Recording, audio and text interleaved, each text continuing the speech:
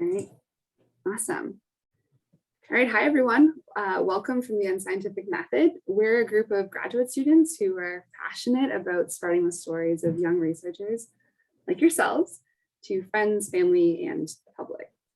Your science is unique and important, and being able to effectively communicate the what, why, and how of your research is really essential to finding funding, public support, and to hold a conversation with your family over the dinner table about somewhat niche projects.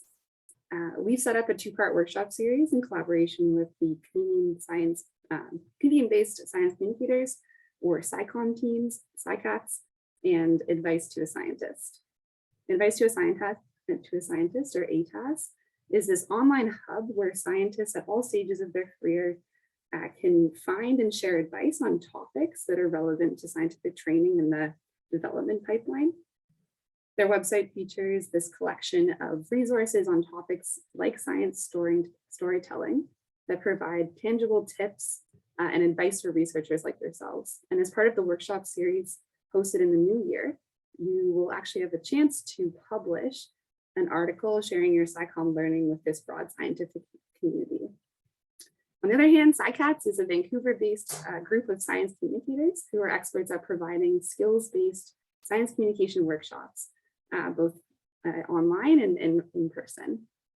And these workshops will help you polish your science communication skills, find your story, and publish your learnings, and hopefully give you the confidence to speak about your research in an optional but highly encouraged interview on the Unscientific Method podcast. I'll now hand it over to Candace, who will give you a quick breakdown of the timeline for all of these fun activities. Okay, thanks. Laura.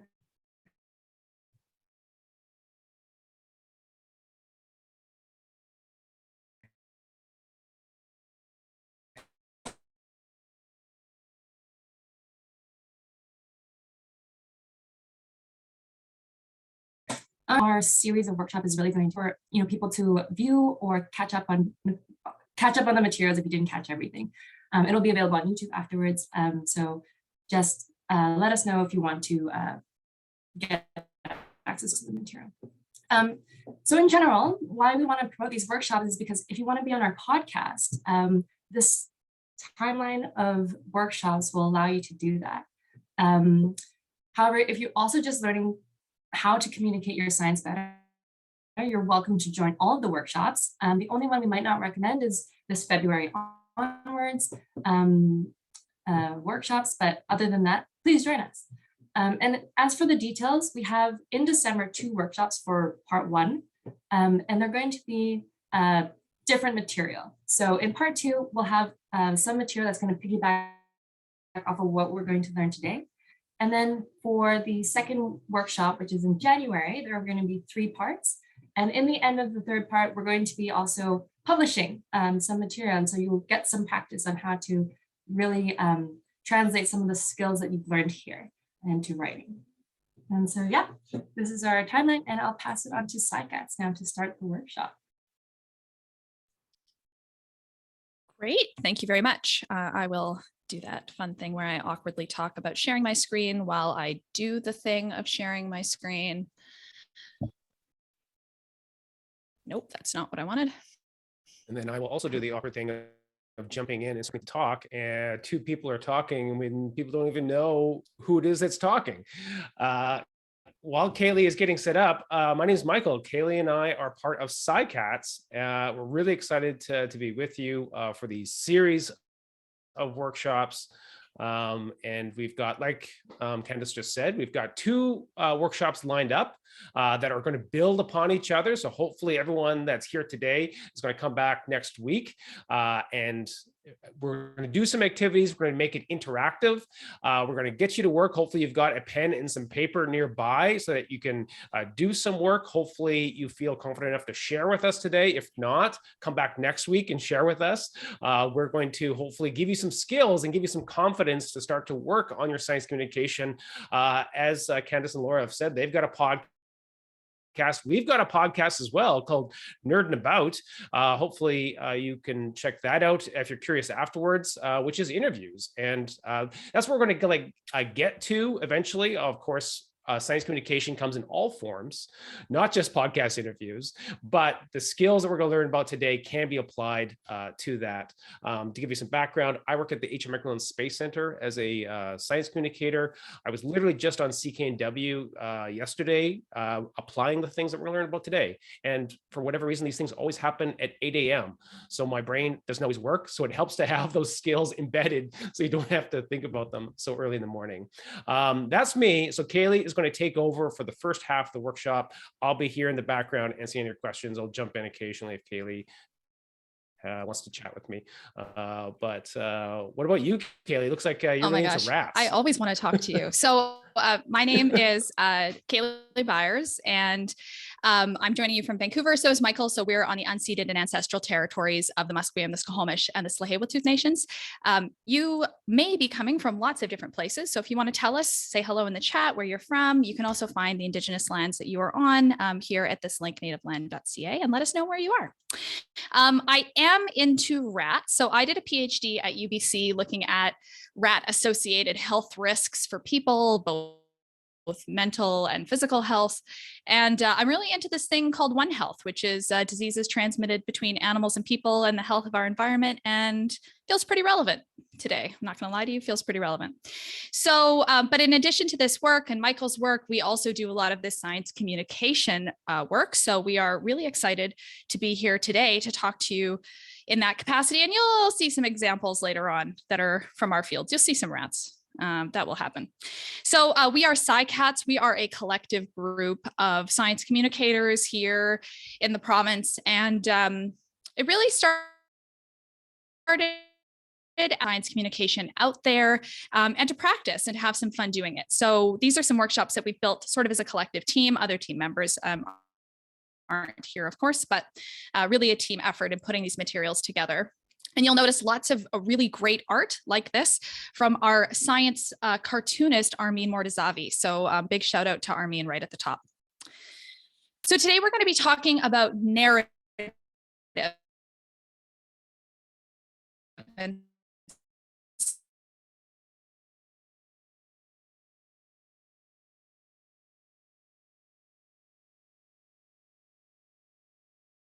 story beyond the narrative, because science communication is not just about substance, but it's also about style. So how you're telling your story, sort of that public speaking piece, being an engaging storyteller. So telling your science as a story. I love this image because as a scientist, I have often stared at papers, sometimes my own, and wondered, what is the point? And also what is happening? And there is a story behind all science. And thinking about how you frame that science as a story, whether you're writing a publication or you're writing an op-ed, a blog, you're podcasting, whatever, there is a story to be had. You just have to find it. So narrative is a really powerful tool. And it's really, this is, I mean, one of the core workshops that we give around narrative, because it is such a powerful tool for storytelling. There are lots of papers that support this work. So this paper from Dahlstrom around using narratives and storytelling to communicate science with non-expert audiences. There's a whole narrative style influences citations in climate change science. We've got other publications talking about storytelling and how it relates our data to the real world around us, which can help, improve our ability to remember that information and engage with it.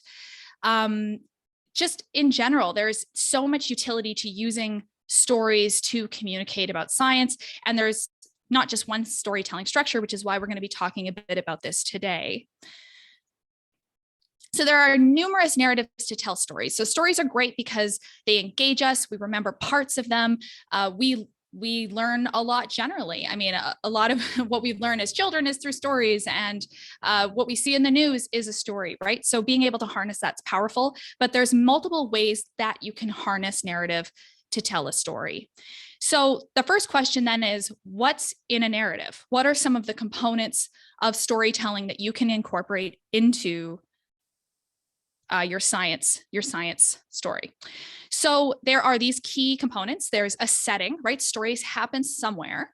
There are characters, the people or other non-human characters in your story.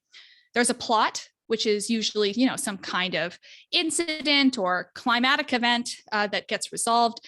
And there's often some kind of moral, something that's learned, some greater truth that you might point to. And so sometimes it's easy to pull these out, right? I mean, we have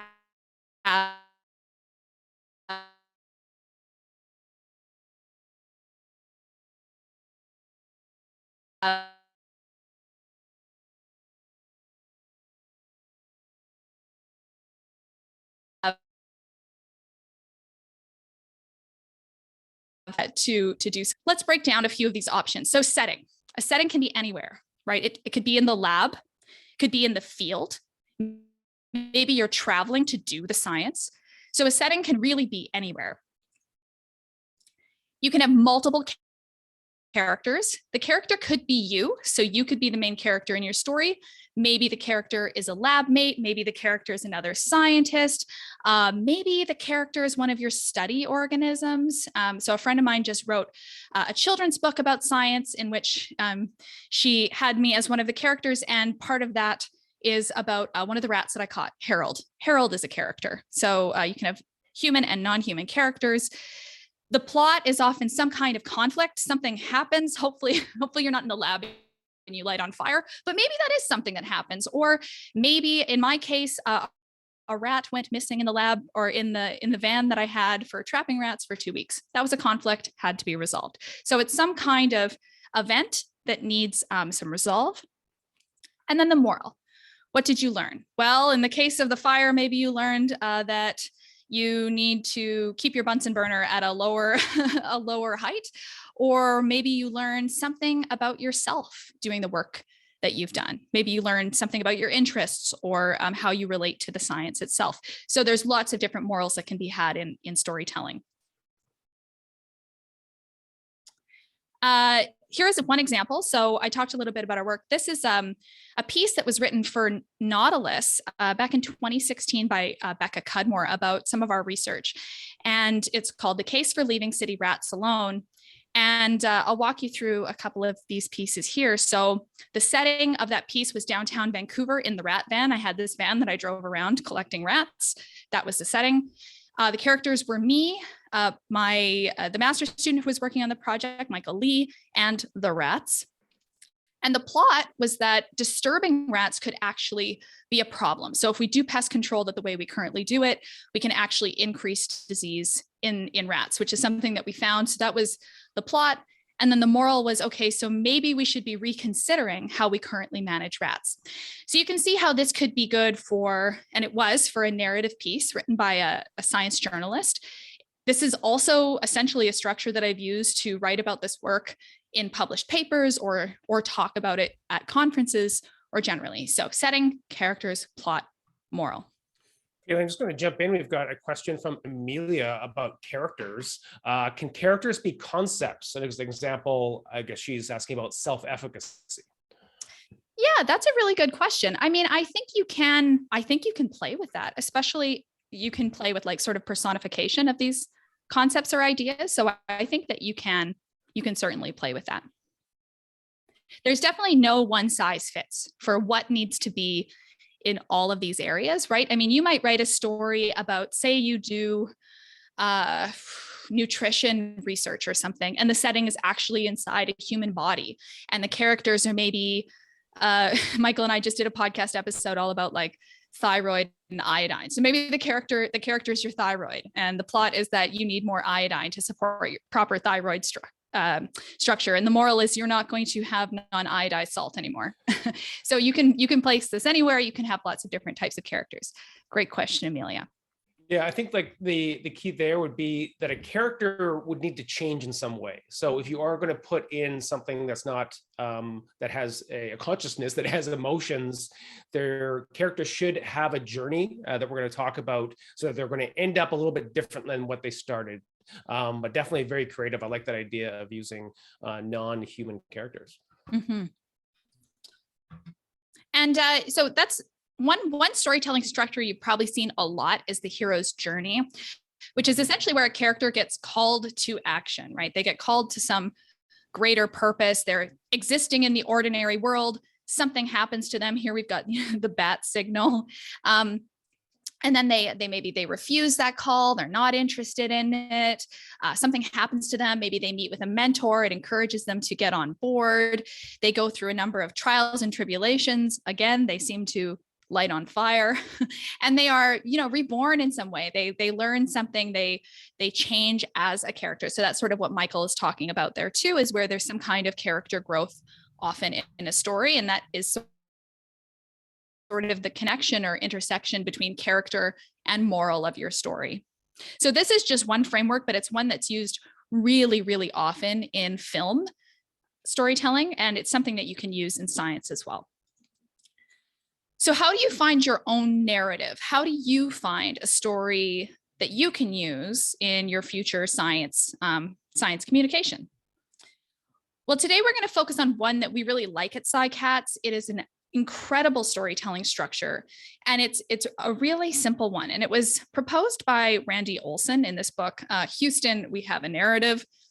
And the basic idea is that a story is often a bunch of ands. Something happened, and then something else happened, and then something else happened.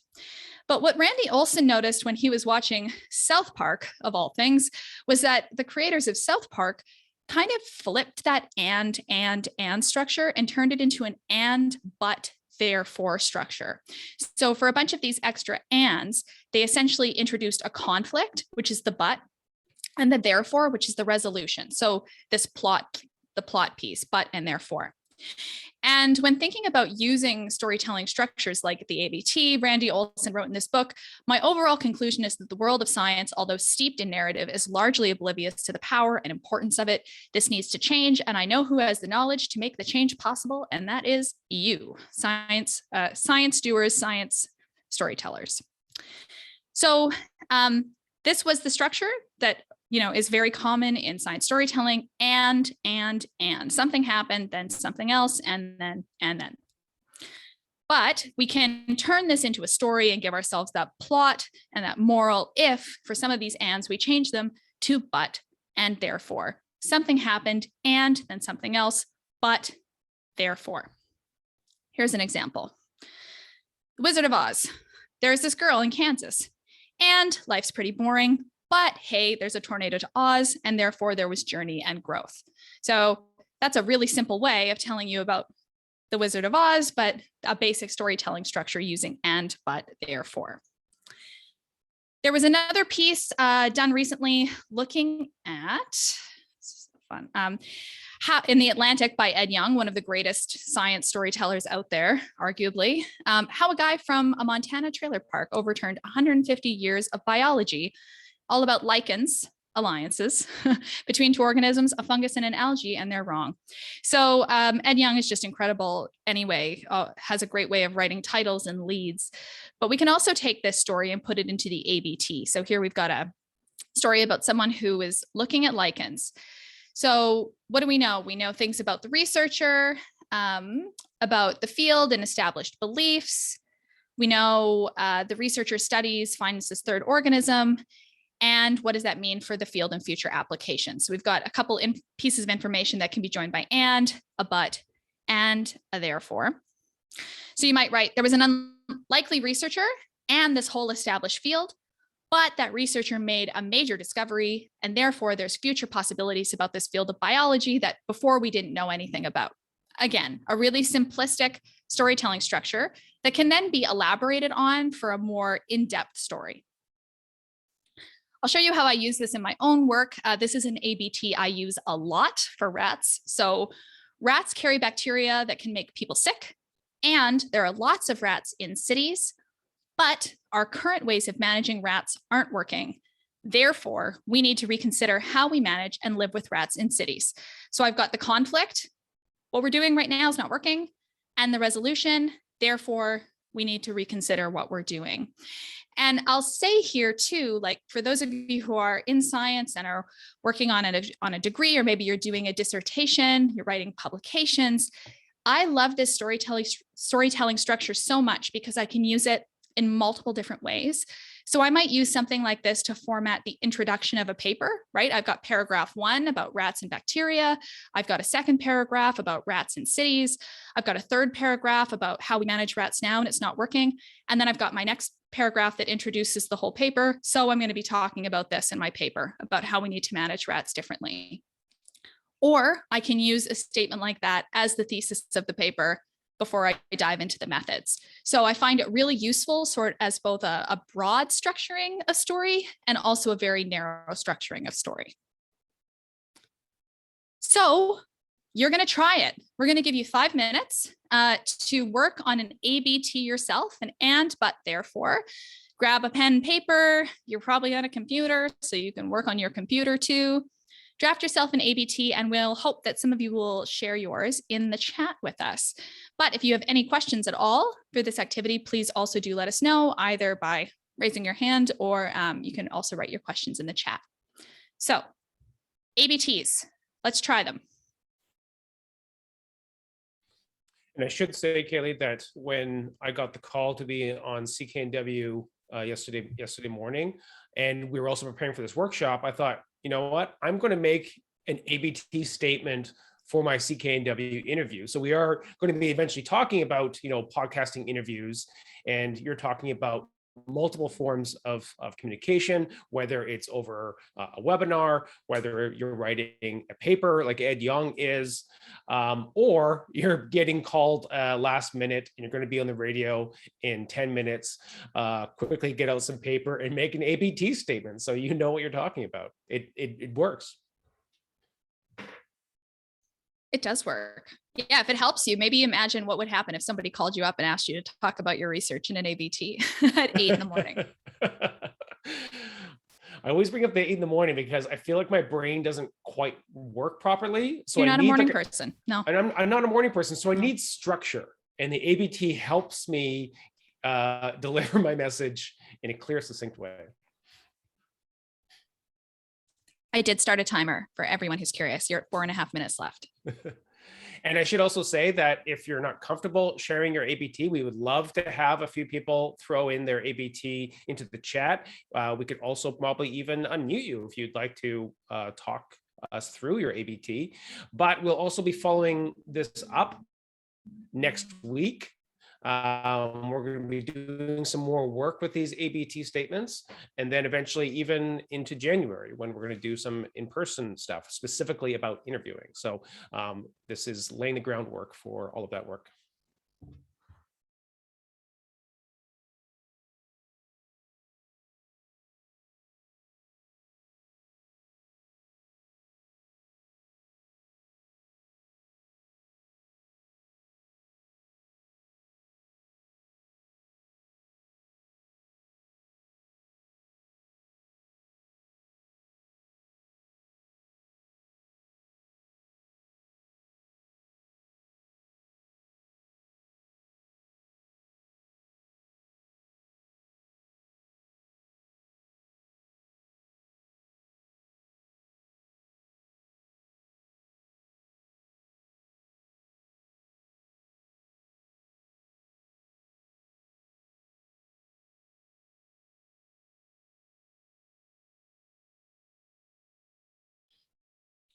Looks like we've already got one coming in. We'll give you a few more minutes. Again, this is practice time. I should also say this is a safe place, even though we are recording this. But Kaylee and I go through this a lot, and we really want to make everyone feel comfortable that you throw something out there. It may not be the best. It may not be perfect. If you're one of those people that doesn't like to share things until they're perfect, this is time for you to practice. This is time to be courageous and throw things out there, even if they're not perfect, because that's how we get better.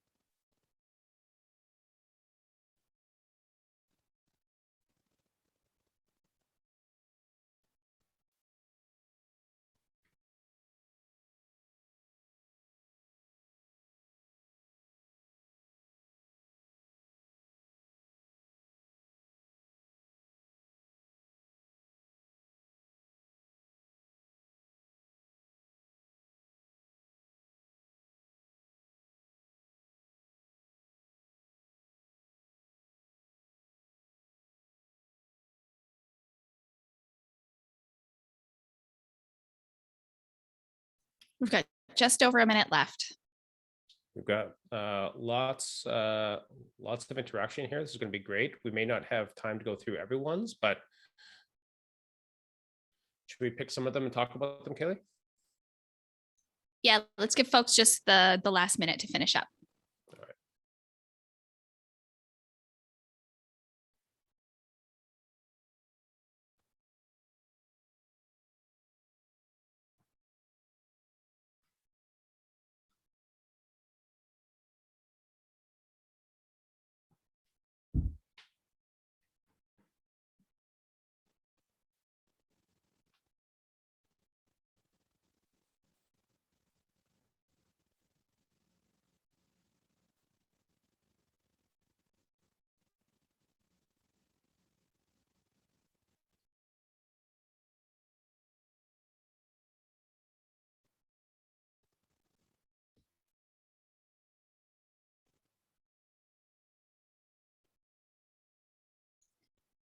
Okay, we're going to come back. I promised that I would give everyone a bit of a visual here. So I'm just going to switch slides so that you know we're moving on in case you've tuned out of the audio while you were writing. Okay, let's go through a couple of these. Thank you everyone for sharing. Oh, great question. Okay, so we have a question first before we dive into them. I lost it. It's okay. I'm an adult. I can find it again. Okay. How much should we assume the average person knows about DNA? I feel that that's a struggle. Yes, this is really, really hard. And next week, we're going to be talking more about audience and how audience informs how you share your message and the language that you use. If I was talking to my lab, they're all geneticists, I would just assume they know all the things about DNA and I could use technical jargon.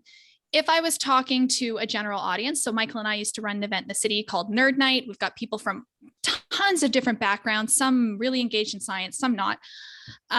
You might say, I think DNA itself is a term that people understand more than deoxyribonucleic acid, for example. But you might say, DNA is this double helix. It looks like a ladder that's twisted, and it's made up of these 4 different elements. And all of those are important if that's something that is part of your message and it's important for them to know. So for general audiences, it's always best, I think, to explain or define whatever you need them to know to understand your message. Okay, Michael, do you want to start with one of these? Sure. And I'll just build upon that too, that these ABT statements that you're writing, you will have multiples of them for different audiences. So don't worry about that. Like you're going to have ABT statement for when you talk to the media, you're going to have an ABT statement when you're talking with your lab mates. You maybe have a different ABT statement when you're giving your thesis presentation. You will always have multiple and always have them ready to go. Yeah, let's get to some of these. Do you have any favorites, or should we just start reading? Yeah, just start with one. I haven't had time to read them. Let's talk about DNA from Prince. DNA is known to store genetic information, and it mainly exists in a double helix topology. Wow. But many non-conventional structures other than double helix have been found to play a role in cancer and neurological disorder. Therefore, I decided to explore other structures of DNA like triple X and quadruple X. Wow.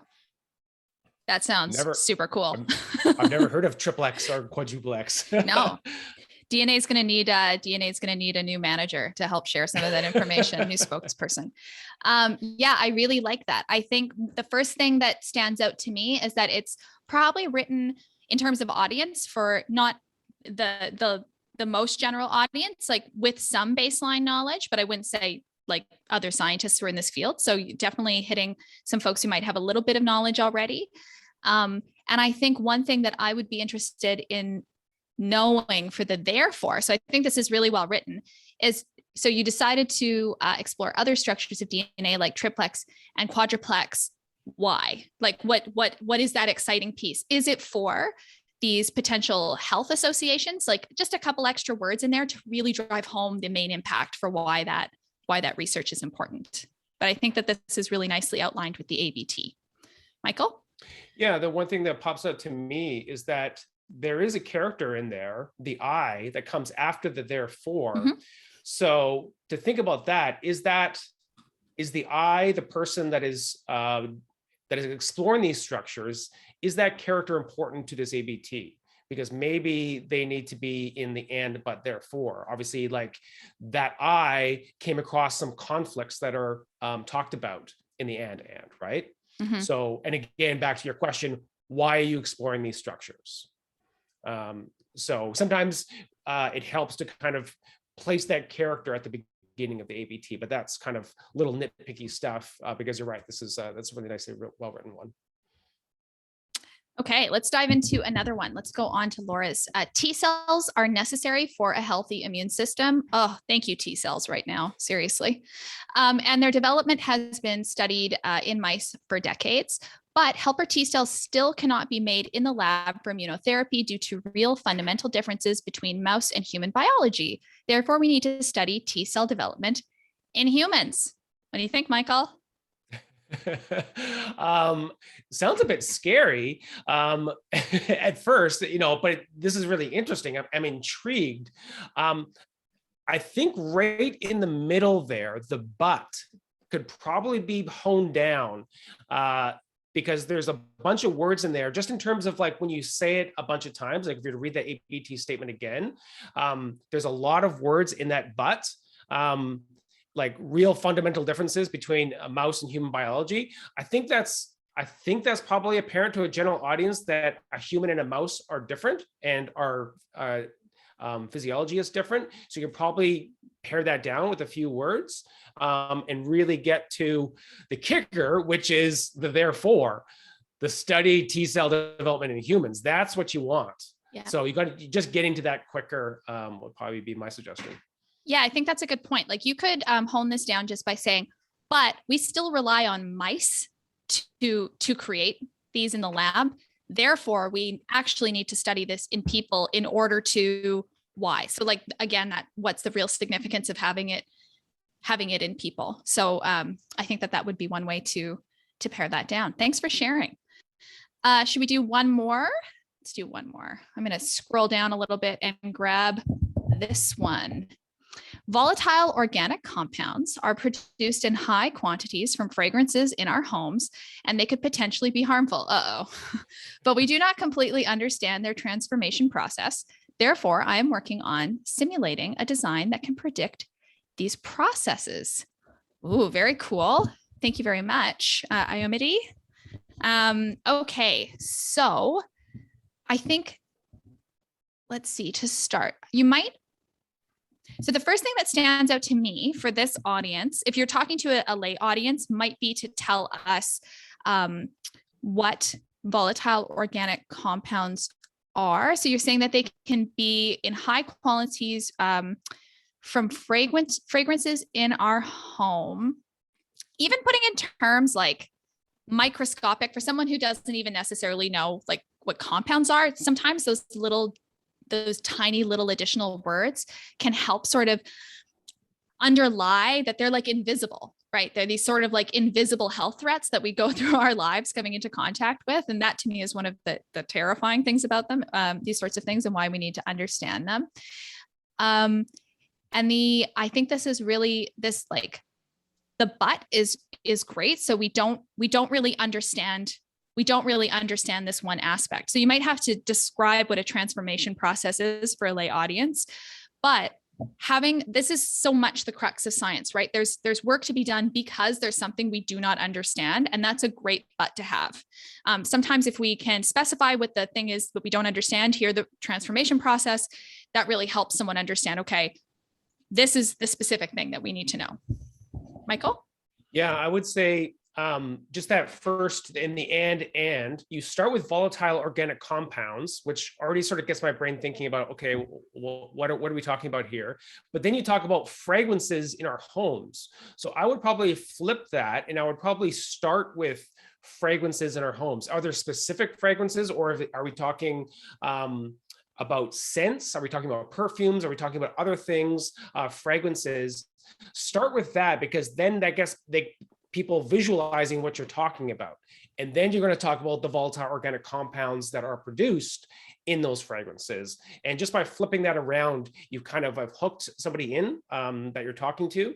And that's talking about a lay audience. That's probably also talking about even in the scientific community as well. Great.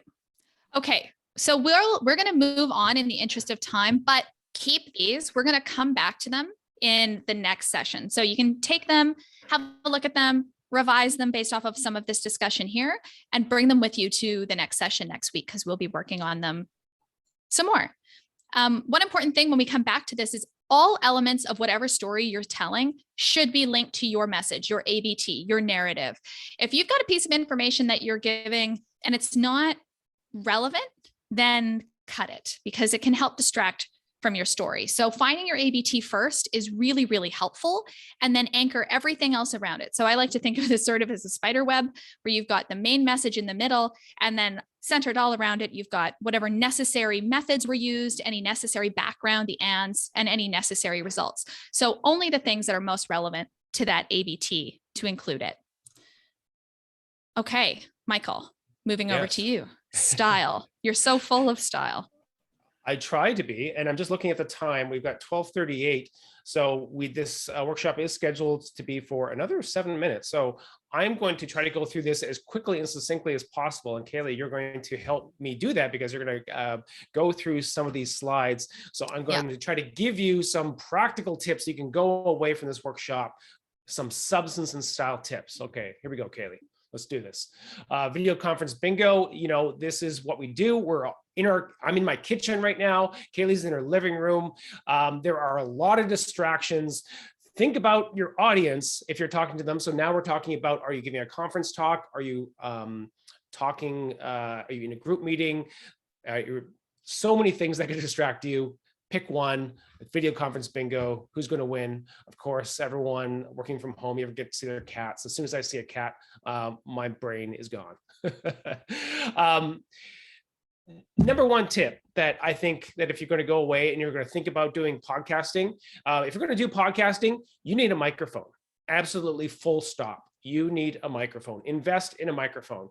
If you're someone that wants to get into being a media liaison, you may not need a microphone. You could probably do it over the phone, but I can guarantee you, you're going to get calls back from that media producer if it sounds good. Audio really is everything. So thinking about your audio, number one thing you can do is get a good microphone. But if we're going to talk about visual presentations, we can also think about how to improve both the audio and the visual. That's not even a word. Visual.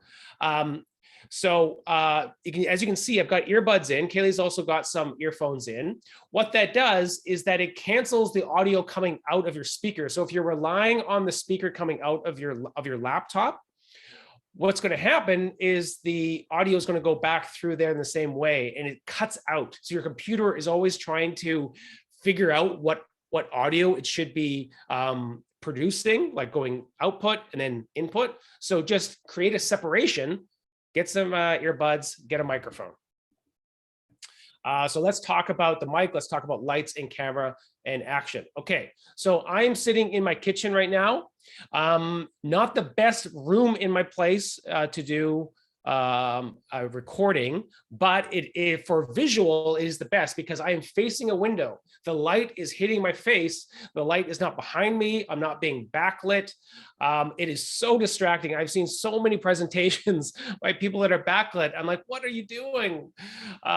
So that's what I'm doing. I've also elevated my laptop. I've got a board game. I've got Star Trek Catan underneath of my laptop right now so that I am facing the camera. I'm not having the camera go up my nose. I'm not having the camera go down my face. I'm looking at it straight on.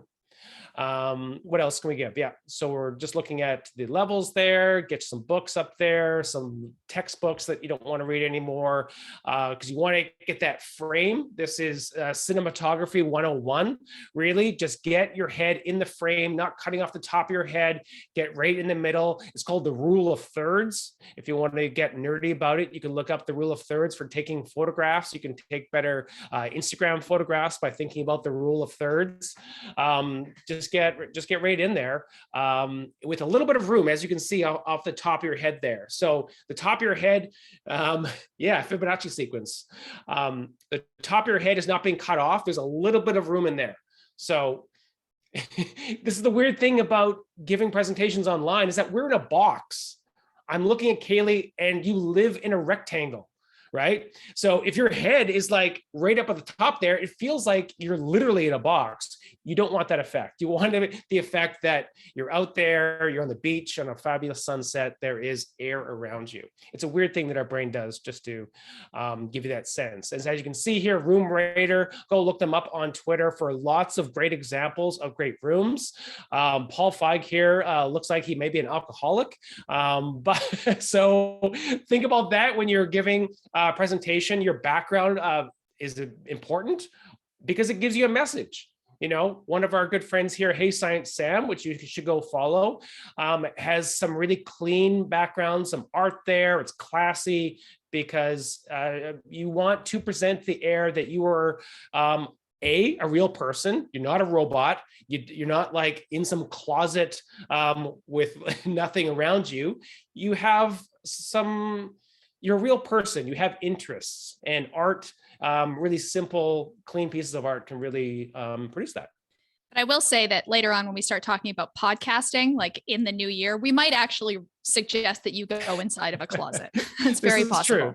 This is true. We're specifically talking about the visual medium at this point. So one more thing I want to talk about, sharing your screen. Now, this is something we all had to get into early on in the pandemic, was using Zoom. But one thing that really helps is that if you just have one computer and you have notes that you want to talk about, you can still have the notes and just share a portion of your screen. Now, we can get into this a little bit further. You can Google it, but this is definitely something that is possible.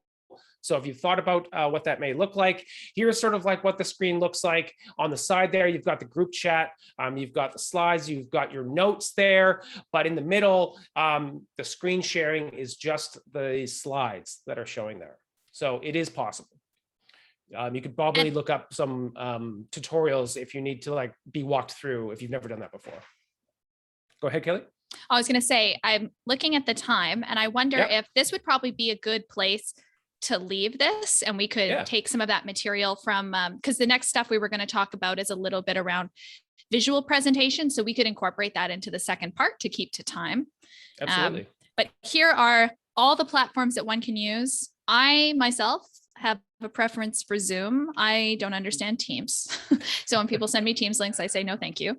But there are so many platforms, and really picking a platform that again aligns with your audience is really important. Absolutely. And you know what? I'm still getting links to brand new platforms all the time, but all of the principles still apply. Think about your audio, think about your visual. There may be some quirks with each platform that you're going to go into. So checking your audio, if you can test it ahead of time, bonus, because the last thing you want is trying to figure out your audio and your visual like as soon as you're about to go live, or as soon as you're about to talk to your interview person. Build in some time to just do a little bit of tech if you have that affordability into your timeline. It really makes a big difference. But yeah, that is our time for today.